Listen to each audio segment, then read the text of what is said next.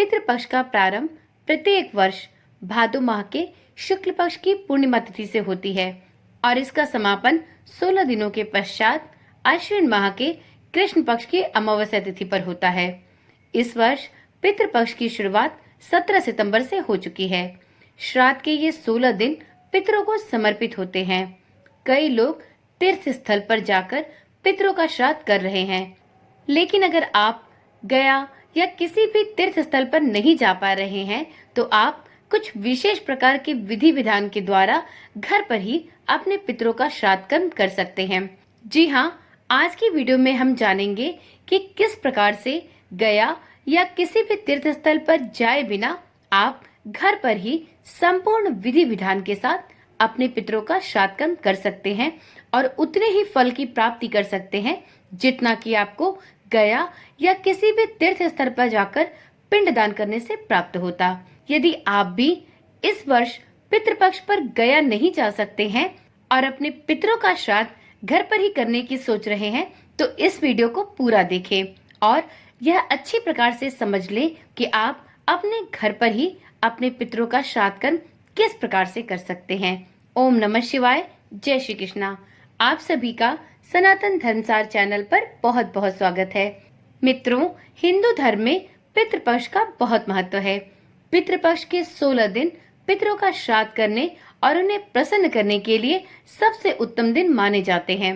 धार्मिक मान्यता है कि इन 16 दिनों के दौरान सभी पितृ पृथ्वी पर आते हैं और उनके लिए किए गए श्राद्ध से प्रसन्न होकर अपने परिवार को आशीर्वाद देते हैं।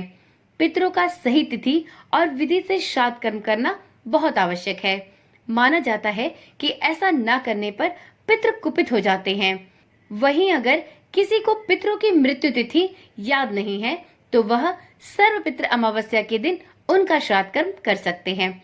इससे उनके पितरों की आत्मा को शांति मिलती है और उनका आशीर्वाद भी प्राप्त होता है। श्राद्ध करने के लिए वैसे तो बहुत से नियम और उपाय बताए गए हैं। कई लोग किसी तीर्थ स्थल या नदी किनारे जाकर अपने पितरों का श्राद्ध करते हैं। हालांकि हर किसी के लिए ऐसा करना संभव नहीं हो पाता। किसी न किसी कारण के चलते कई लोग घर पर ही श्राद्ध कर पितरों को संतुष्ट करने का प्रयत्न करते हैं, लेकिन इस दौरान भी यदि सही विधि से श्राद्ध न किया जाए तो उसका पुण्य फल आपको नहीं प्राप्त होता और आपके द्वारा किए गए गलतियों की सजा आपको और आपके साथ संपूर्ण परिवार को भुगतनी पड़ती है। आज की वीडियो में हम जानेंगे कि किस प्रकार से बिना किसी गलती को किए आप घर पर ही अपने पूर्वजों का श्राद्ध संपूर्ण विधि विधान और सही तरीके से कर सकते हैं। वैसे तो आप सब ये जानते ही होंगे कि पितृपक्ष में श्राद्ध कर्म भाद्रपद मास के शुक्ल पक्ष की पूर्णिमा से शुरू होकर आश्विन मास के कृष्ण पक्ष की अमावस्या तक विधिवत चलते रहते हैं। पितृपक्ष में ध्यान रखने वाली बात यह है कि इन 16 दिनों के दौरान कोई भी शुभ या मांगलिक कार्य नहीं किया जाता। इस दौरान पितरों का पूजन किया जाता है और उनके लिए दान, तर्पण, श्राद्ध इत्यादि कार्य भी किए जाते हैं। तीर्थ स्थल पर श्राद्ध करने और घर पर श्राद्ध करने की विधि लगभग समान ही होती है, लेकिन घर पर श्राद्ध करते समय कुछ विशेष बातों का ध्यान रखना बहुत आवश्यक होता है, वरना आपको इस श्राद्ध के अच्छे परिणाम नहीं प्राप्त होते और आपके पितर भी आपके श्राद्ध कर्म से संतुष्ट नहीं हो पाते। तो चलिए अब वीडियो में जानते हैं घर पर पितृपक्ष में श्राद्ध करने की संपूर्ण विधि। इसे आप बहुत ही अच्छे प्रकार से समय देकर देखें और इसको भली प्रकार से समझें। इसके बाद ही आप घर पर अपने पितरों का श्राद्ध करें। मित्रों, श्राद्ध कर्म करने के लिए सबसे महत्वपूर्ण कार्य होता है तर्पण। तो पहले जानते हैं कि तर्पण का मतलब क्या होता है। तृप्त करने की क्रिया को तर्पण कहते हैं। पितरों के लिए किए गए मुक्ति कर्म को श्राद्ध तथा तंडुल या तिल मिश्रित जल अर्पित करने की क्रिया को ही तर्पण कहते हैं। तर्पण के 6 प्रकार होते हैं। पहला देव तर्पण, दूसरा ऋषि तर्पण, तीसरा दिव्य मानव तर्पण, चौथा दिव्य पितृ तर्पण, पांचवा यम तर्पण और छठवां मनुष्य पितृ तर्पण। इस प्रकार से पितृपक्ष में इन सभी के लिए तर्पण किया जाता है। अब जानते हैं तर्पण करने की क्या प्रक्रिया होती है। तो मित्रों, पितृपक्ष में प्रतिदिन नियमित रूप से पवित्र नदी में स्नान करने के बाद तट पर ही पितरों के नाम का तर्पण किया जाता है। इसके लिए पितरों को जौ, काला तिल और एक लाल फूल डालकर दक्षिण दिशा की ओर मुंह करके खास मंत्र बोलते हुए जल अर्पित करना होता है। इस प्रकार से तर्पण की क्रिया संपूर्ण होती है। सर्वप्रथम अपने पास शुद्ध जल, बैठने का आसन अर्थात कुशा, बड़ी थाली या ताम्रण अर्थात तांबे का प्लेट, कच्चा दूध, गुलाब के फूल, फूल माला, कुशा, सुपारी, जौ, काली तिल, जनेऊ इत्यादि भी पास में रखना चाहिए। आसन पर बैठकर 3 बार आचमन करें। ओम केशवाय नमः, ओम माधवाय नमः, ओम गोविंदाय नमः, इन मंत्र का जाप करें। इस प्रकार से आचमन के बाद हाथ धोकर अपने ऊपर जल छिड़के अर्थात स्वयं को पवित्र करें। फिर गायत्री मंत्र से शिखा बांधकर तिलक लगाकर कुशे की पवित्री अर्थात कुशा से अंगूठी बनाकर अपनी अनामिका उंगली में धारण करें। अब इसके बाद उसी हाथ में जल, सुपारी, सिक्का, फूल लेकर निम्न संकल्प करें। अपना नाम एवं गोत्र उच्चारण करें। फिर बोले, अथ श्रुति स्मृति पुराणोक्त फल प्राप्त्यर्थ देवर्षि मनुष्य पितृ तर्पणम करिष्ये। इस प्रकार से अपने नाम एवं गोत्र का उच्चारण करते हुए इस संकल्प को बोले। इसके बाद थाली में जल, कच्चा दूध, गुलाब की पंखुड़ी डालें। फिर अपने हाथ में अक्षत लेकर देवता एवं ऋषियों का आवाहन करें। स्वयं पूर्व मुख करके बैठे जनेऊ को रखें। कुशा के अग्रभाग को पूर्व की ओर रखें। देव तीर्थ से अर्थात दाएं हाथ की अंगुलियों के अग्रभाग से तर्पण दे। इसी प्रकार से ऋषियों को भी तर्पण दे। अब उत्तर मुख करके जनेऊ को कंठी करके अर्थात माला जैसे धारण करें एवं पालथी लगाकर बैठे। दोनों हथेलियों के बीच से जल गिराकर दिव्य मनुष्य को तर्पण दे। अंगुलियों से देवता और अंगूठे से पितरों को जल अर्पित किया जाता है। इस बात का ध्यान रखें। तो इस प्रकार से देव तर्पण, ऋषि तर्पण और दिव्य मानव तर्पण करने के बाद अब आप दिव्य पितृ तर्पण करें। तो चलिए जानते हैं दिव्य पितृ तर्पण की क्या प्रक्रिया होती है। अब दक्षिण मुख कर बैठ जाएं और जनेऊ को दाहिने कंधे पर रखकर बाएं हाथ के नीचे से ले जाएं। थाली में काली तिल छोड़े, फिर काली तिल हाथ में लेकर अपने पितरों का आवाहन करें। ओम आगच्छन्तुम मे पितर इमं गृहन्तु जलांजलिम। फिर पितृ तीर्थ से अर्थात अंगूठे और तर्जनी के मध्य भाग से पितरों को तर्पण दे। तर्पण करते समय अपने गोत्र का नाम लेकर बोले, गोत्रे अस्म पितामह, अपने पिता का नाम ले। वसुरूपत त्रिप्यतमिदं तिलोदकम गंगा जलम वा तस्मै स्वधा नमे, तस्मै स्वधा नमे, तस्मै स्वधा नमे। इस मंत्र से पितामह और परदाता को भी 3 बार जल अर्पित करें।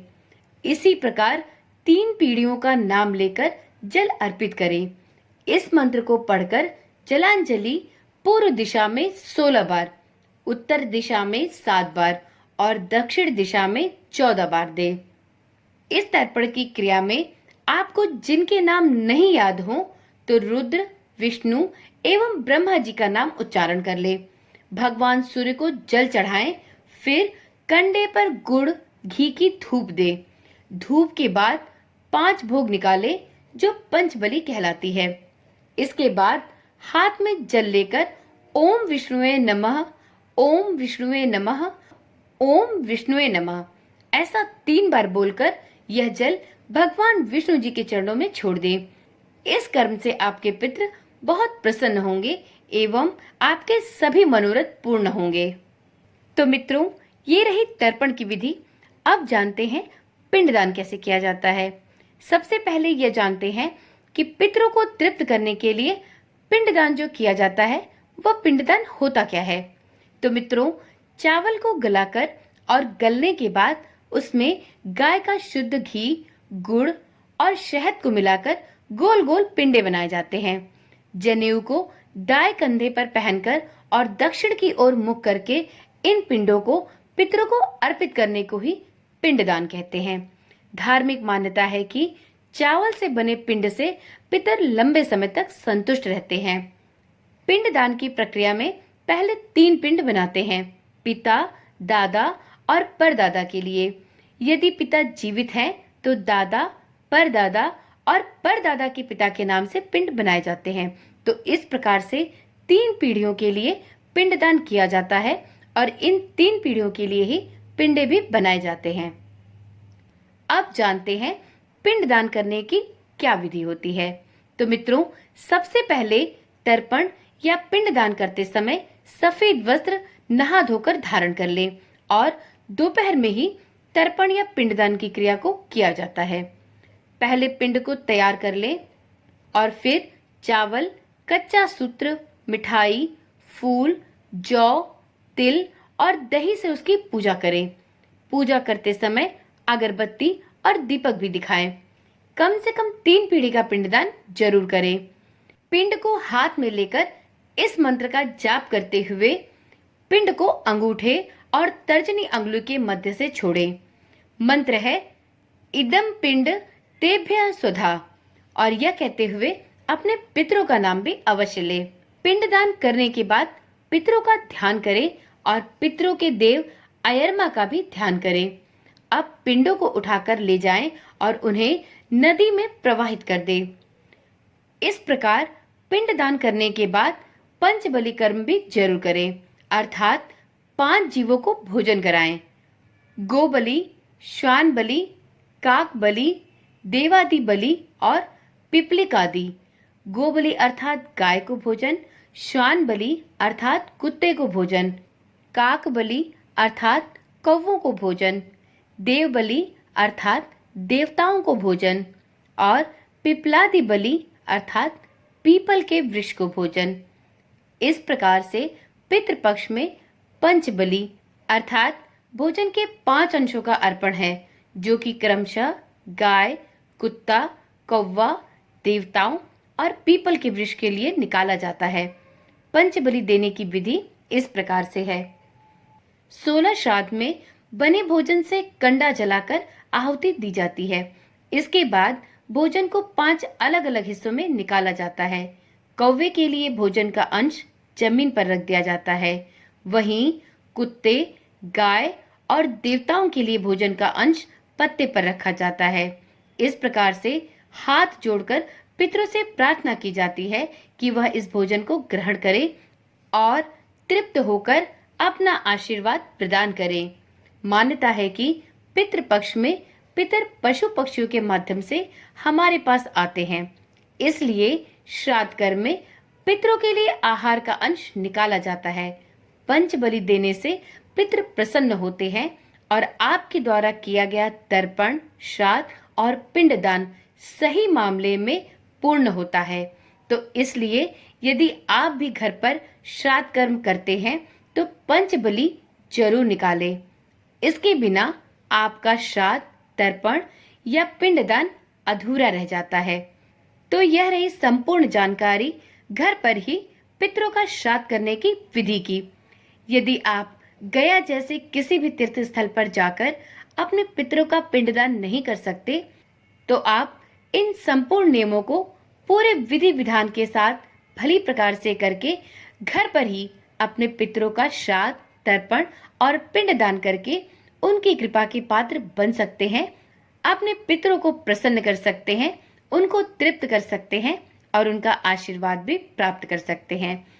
तो मित्रों, आज की वीडियो यहीं पर समाप्त करते हैं, परंतु पितृपक्ष के इन 15 दिनों तक आपको इस चैनल के माध्यम से रोज पितृपक्ष से संबंधित नई नई जानकारियां दी जाती रहेंगी। तो यदि आप आज चैनल पर पहली बार आए हैं और आपको ये जानकारी वाली वीडियोस देखना पसंद है और आप इसमें अपनी रुचि रखते हैं, तो चैनल पर बने रहिए और चैनल के साथ जुड़े रहने के लिए चैनल को अभी ही सब्सक्राइब कर लें, क्योंकि हो सकता है भविष्य में इस चैनल के द्वारा आपको दी जाने वाली वीडियोस ना मिल सके, तो आप यदि चैनल को सब्सक्राइब करते हैं और साथ में नोटिफिकेशन बेल को भी ऑन कर लेते हैं, तो इस चैनल पर दी जाने वाली सभी वीडियोस की सूचना आपके पास सबसे पहले पहुंचती रहेगी। तो चलिए कल मिलते हैं एक ऐसी ही नई और जानकारी वाली वीडियो के साथ। तब तक के लिए ओम नमः शिवाय, जय श्री कृष्णा, राधे राधे।